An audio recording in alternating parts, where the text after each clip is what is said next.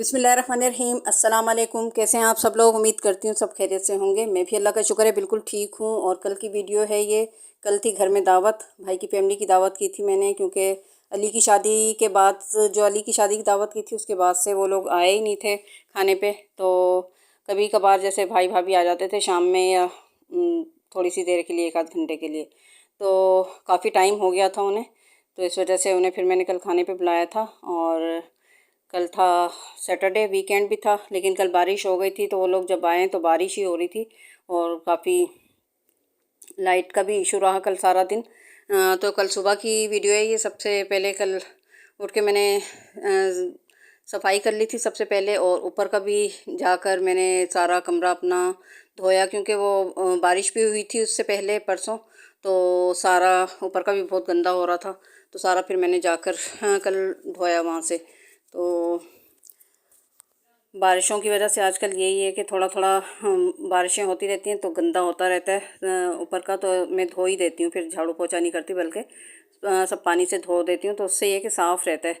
रोज़ाना में ये कि रात को हम लोग सोने ही जाते हैं सिर्फ ऊपर, और तो कोई ऐसा वो होता नहीं है काम ऊपर का। तो इस वजह से बहुत ज़्यादा मैं ऊपर की सफाई की टेंशन नहीं लेती हूँ। बस ये कि वीक में 2 मरतबा मैं ऊपर की सफाई करती हूँ, ऊपर वाले कमरे की। मतलब ऊपर पूरा फ्लोर तो बना हुआ नहीं है, खाली एक ये रूम बना हुआ है और वॉशरूम है हमारा।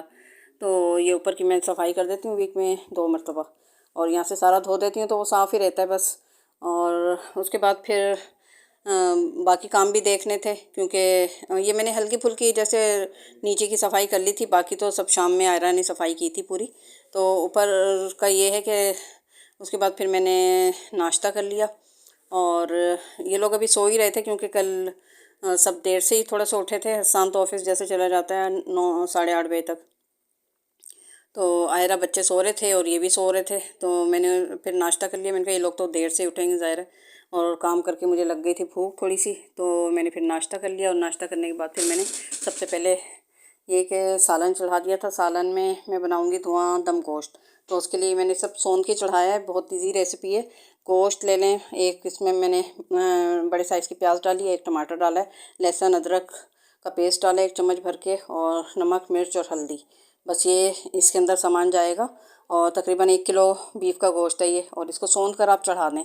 और जब हल्की आंच पे ये पकता रहेगा, और उसके बाद फिर इसकी अच्छी तरह भुनाई कर लें। और आखिर में इसके ऊपर हम सर्व करने से पहले इसके ऊपर हम दही फेंट के डालेंगे, और पुदीने के पत्ते डालेंगे, और प्याज के लच्छे डालेंगे, और उसके बाद फिर हम इसको स्मोक देंगे कोयले का। तो बहुत मज़े का बनता है, ज़रूर बनाइएगा।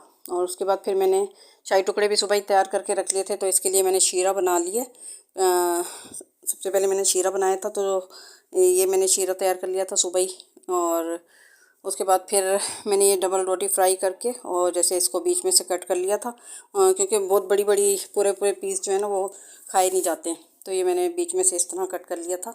और इससे पहले जो मैंने दावत की थी उसमें भी शाही टुकड़े बनाए थे। आजकल शाही टुकड़ों पे ज़्यादा ज़रा दिल आया हुआ है तो इस वजह से शाही टुकड़े बन रहे हैं। और फिर ये कि दूध वाला मीठा अगर बनता है ना, तो फिर वो सही से ठंडा होना चाहिए, और फ्रिज बिल्कुल आजकल कूलिंग कर नहीं रहे हैं, और इस वजह से बस वो होता है। तो ये है कि ये ईज़ी रेसिपी भी है, और अच्छी भी लगती है।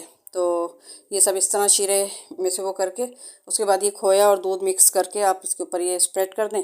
और सर्व करने से पहले और इसके ऊपर आप थोड़ा थोड़ा सा शीरा डाल सकते हैं, और ये खोया वगैरह और डाल सकते हैं इसके ऊपर। तो ये बनाए थे मैंने मीठे में। और इसके अलावा पुलाव की यखनी भी मैंने चढ़ा दी थी। पुलाव की यखनी भी सिंपल वही बीफ का गोश्त मैंने लिया था तकरीबन 1.25 किलो जितना, क्योंकि चावल भी 1.25 किलो ही थे। तो उसके अंदर मैंने एक मीडियम साइज़ की प्याज, लहसुन अदरक और साबुत खड़ा गरम मसाला और सौंफ धनिया ये डालकर, और मैंने पकने के लिए उसको रख दिया था।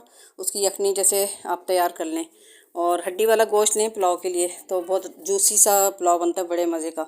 और इसके अलावा हरी मिर्चें पीस कर रख लें आप, गरम मसाला और हरी मिर्चें थोड़ी सी अलग पीस के आप रख लें।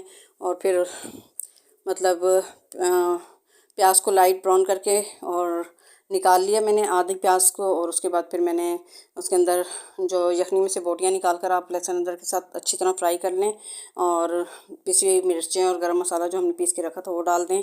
दही थोड़ी सी डालें, अच्छी तरह भूनें उसको, और जो यखनी हो वो उसके अंदर फिर हम डाल देंगे। और उसके बाद फिर हम डालेंगे उसके अंदर भीगे हुए चावल। यहाँ पर आतिका भी मेरी थोड़ी थोड़ी हेल्प करा रही थी, और जो गोला कबाब की आपने वीडियो देखी थी ना, वो पूरी वीडियो आतिका ने शूट की थी मेरी। तो कोई वीडियो बनाने वाला हो ना तो बड़ी आसानी हो जाती है उससे। तो ये हमारी फ़ाइनल लुक है। और फिर कल मैंने ये भी काम निपटाया, थोड़ा सा ये काम था ओवन वगैरह साफ़ करने का। तो काफ़ी दिन से गंदा हो रहा था, मैंने सोचा कल ये भी काम कर ही लूँ। दोपहर में थोड़ी सी फुर्सत थी तो पकाने का कोई बहुत लंबा चौड़ा काम नहीं था, आसानी से हो गया था, कोई ज़्यादा मसला नहीं था पकाने का। तो मैंने वो करने के बाद फिर ये भी ओवन भी अच्छी तरह साफ़ कर लिया था। इसके अंदर से ये साफ़ सुथरे स्पंज से आप रिगड़ रिगड़ के साफ़ कर लें। इसमें शायद चाय वाय गिर गई थी गर्म करने में। और फिर ये यखनी इधर हमारी तकरीबन रेडी हो चुकी है। और फिर पुलाव भी मैंने, जब वो लोग आए तो चावल भिगोए हुए थे, और जब भी मैंने फिर भगाड़ दिया था। और गोला कबाब भी मैंने वक्त से ही फ्राई कर लिए थे, उसकी रेसिपी मैं आपको पहले ही ऑलरेडी दे चुकी हूँ। तो अगर आप लोगों ने नहीं देखी तो मेरे चैनल पे देखें, बिल्कुल सिंपल और इजी तरीके से गोला कबाब बने बग़ैर किसी ज़्यादा झंझट और मेहनत के। तो वो भी मैंने टाइम से ही फ्राई कर लिए थे, क्योंकि जब ओपन किचन है हमारा तो कोई मेहमान आते हैं तो ज़्यादा फिर एकदम खाने की महक और धुआं हो जाता है। इस वजह से मैंने पहले ही सारे काम निपटा लिए थे, और बस ये था कि खाना गर्म करना था। हाँ, सिर्फ चावलों को मैंने जब भी दम लगाया था जब सब मेहमान आ गए थे। और बस ये मैं यहाँ पर पुलाव को भी बस रेडी कर रही हूँ यहाँ पर। और बर्तन वगैरह भी सब आयरा ने साफ़ करके निकाल कर साफ़ करके रख दिए थे। फिर शाम में सारी सफाई आयरा ने की, बेडशीटें वगैरह चेंज की उसने, सारे वाशरूम वगैरह धोए और सारे बर्तन वर्तन सब धोए। दावत के बाद का सारा काम फिर आयरा का ही होता है, सारी सफाई वफाई करना और बर्तन धोना और सब काम निपटाना।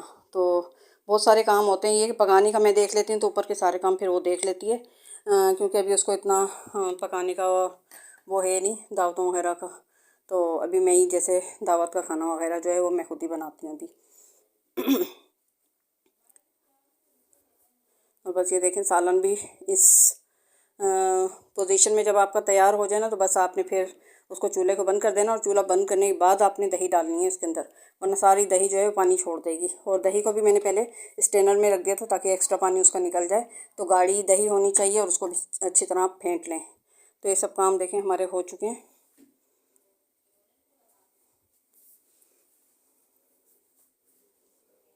और पुलाव भी हमारा देखें दम पे आ चुका है। ऊपर से बस मैं ये जो तली हुई प्याज निकाली थी वो डाल दूँगी। और यहाँ मैंने खाना भी सर्व कर दिया था, क्योंकि फिर 10:30 बजे लाइट चली जाती है तो फिर मसला होता है, इस वजह से मैंने खाना भी यहाँ पर सर्व कर दिया था। और बस फिर खाना वाना खाकर ये लोग चले गए थे तकरीबन 11:30 बजे तक। तो उम्मीद है आज का ब्लॉग पसंद आया होगा। पसंद आए तो प्लीज़ लाइक कर दिया करें। इतनी मेहनत से वीडियो बनाती हूँ, इतनी भी सारी मैंने डिशें बनाई हैं, तो अपनी दुआ में मुझे ज़रूर याद रखिएगा। टेक केयर, बाय बाय, अल्लाह हाफिज़।